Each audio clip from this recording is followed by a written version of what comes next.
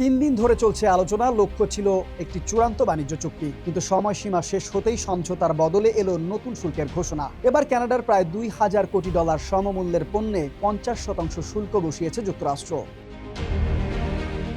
মার্কিন president Donald Trump দুই দেশের আলোচকদের শুক্রবার মধ্যরাত পর্যন্ত সময় দিয়েছিলেন, কিন্তু নির্ধারিত সময় পেরিয়ে গেলেও কোনো চুক্তিতে পৌঁছাতে পারেনি ওয়াশিংটন ও অটোয়া। এরপরই কার্যকর হয় নতুন শুল্ক।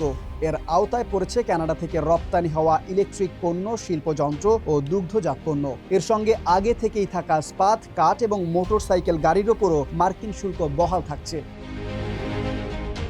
এদিকে কানাডার প্রধানমন্ত্রী মার্ক কার্নি স্পষ্ট জানিয়ে দিয়েছেন, যুক্তরাষ্ট্র যতটা শুল্ক আরোপ করেছে কানাডাও ততটাই পাল্টা শুল্ক আরোপ করবে। পাশাপাশি শ্রমিক এবং ব্যবসা প্রতিষ্ঠানকে ক্ষতির হাত থেকে রক্ষা করতে নতুন পদক্ষেপ নেওয়ার কথাও জানিয়েছেন তিনি। তবে ওয়াশিংটনের বক্তব্য ছিল ভিন্ন।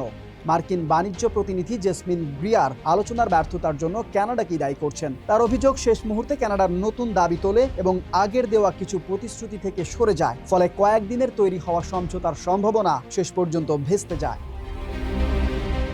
প্রশ্ন হলো, এই পাল্টাপাল্টি শুল্কের শেষ কোথায়?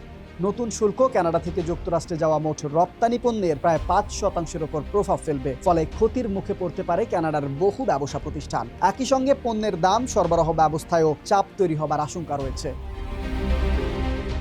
গত বছর ট্রাম্পের দ্বিতীয় মেয়াদ শুরু হবার পর থেকেই দুই প্রতিবেশী দেশের মধ্যে শুল্ক নিয়ে উত্তেজনা চলছে।